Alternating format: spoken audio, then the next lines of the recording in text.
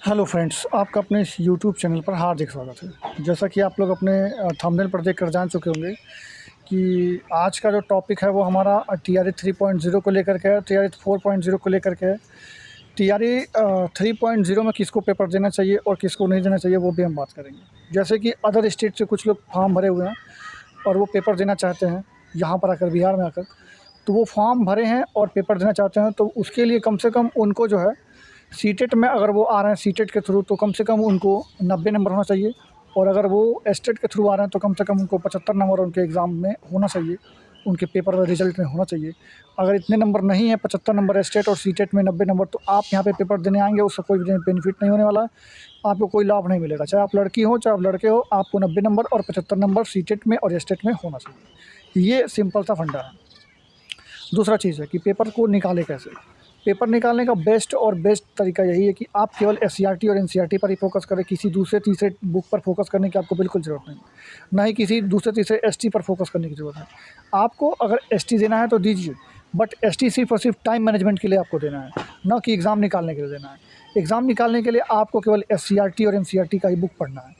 SCERT और NCERT का book पढ़ना है, वो भी क्लास 6 से लेकर क्लास 10 तक का। यानी अगर मान लीजिए आप 9th-10th का तैयारी करते हैं और हिस्ट्री का तैयारी करते हैं, मतलब एसएसटी में तैयारी करते हैं, तो आप एसएसटी का ही सिलेबस पढ़िए, लेकिन क्लास 6 से लेकर क्लास 10 तक का पढ़िए। अगर आप 6 to 8 में मैथ साइंस के हैं, जैसे कि मैं हूँ, तो आपको कक्षा 6 से लेकर कक्षा 10 तक का मैथ और साइंस कवर करना होगा। तो उसी हिसाब से आपका जो सब्जेक्ट है आप वो सब्जेक्ट पढ़ें, लेकिन एससीईआरटी और एनसीईआरटी के अलावा कुछ और मत पढ़ें, कोई फ़ायदा नहीं होगा। केवल एससीईआरटी और एनसीईआरटी ही पढ़ना आपके लिए बेस्ट होगा और आपका उसी से सिलेक्शन होगा। दूसरी चीज़, अगर मान लीजिए आपने एससीईआरटी एनसीईआरटी पढ़ लिया तब तो ठीक है। अगर मान लीजिए नहीं पढ़ा है तो टाइम कम है आपके पास, क्योंकि 10 जुलाई के बाद पेपर कभी भी हो सकता है। तो 10 जुलाई के बाद जब पेपर होगा तो आपके पास समय अब बहुत कम है, लगभग 1 महीने से भी कम का समय है, लगभग 1 महीने का समय है। मान लेते हैं 1 महीने समय है, तो 1 महीने में पूरा एनसीईआरटी पढ़ना असंभव सा हो जाता है।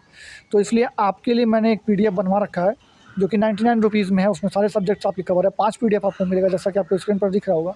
पहला पीडीएफ बिहार जीके जीएस का मिलेगा, दूसरा जीके जीएस का मिलेगा जो कि क्लास 6 से लेकर क्लास 10th लेवल तक का हर चीज़ उसमें कवर किया गया है। तीसरा पीडीएफ आपको मैथ्स का मिलेगा, चौथा आपको साइंस का मिलेगा, और पाँचवा आपको प्रैक्टिस सेट मिलेगा। हर सब्जेक्ट का 20-20 प्रैक्टिस सेट आपको दिया जाएगा। तो कुल 5 पीडीएफ आपको मिलेंगे 99 रुपीज़ में।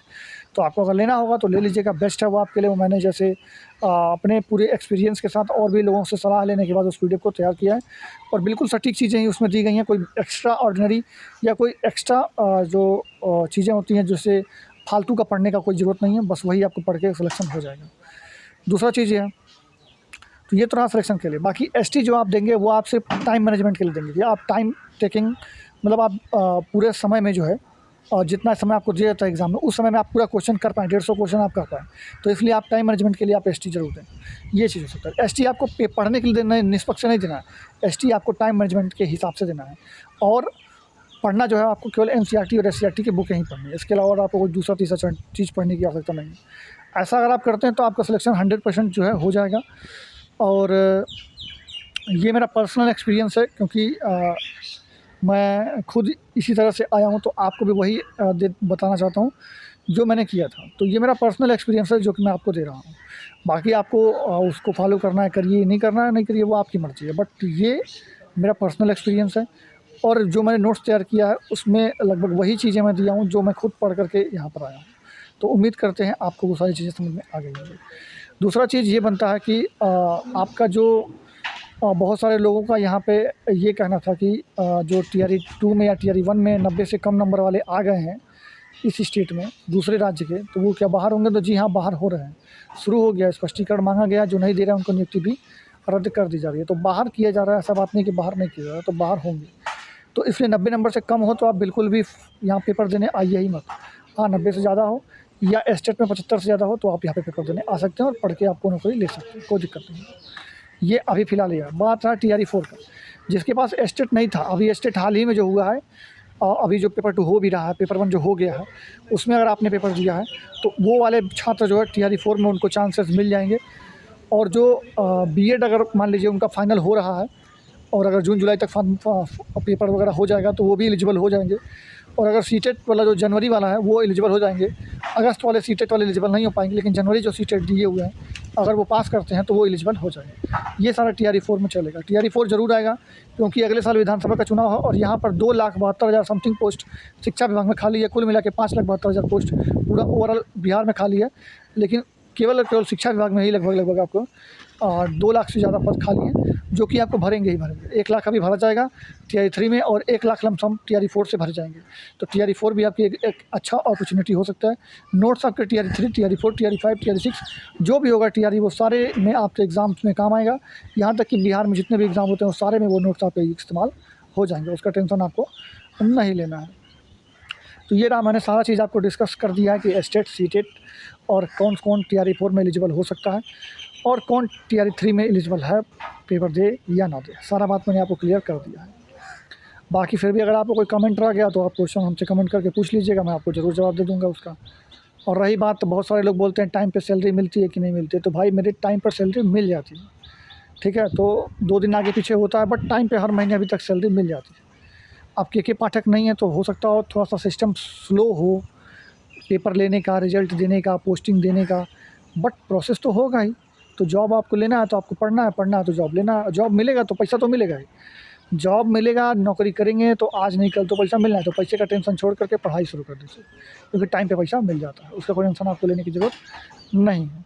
बिहार में जो मिथ्या है कि ये है वो है, सब कुछ नहीं। बिहार अच्छा है, बिहार बहुत अच्छा है, आप सभी के लिए अच्छा है और टाइम पे पैसा मिल जाता है। जितने भी लोग पूछते हैं कि टाइम पे पैसा मिलता है कि नहीं मिलता है, टाइम पे पैसा मिलता है।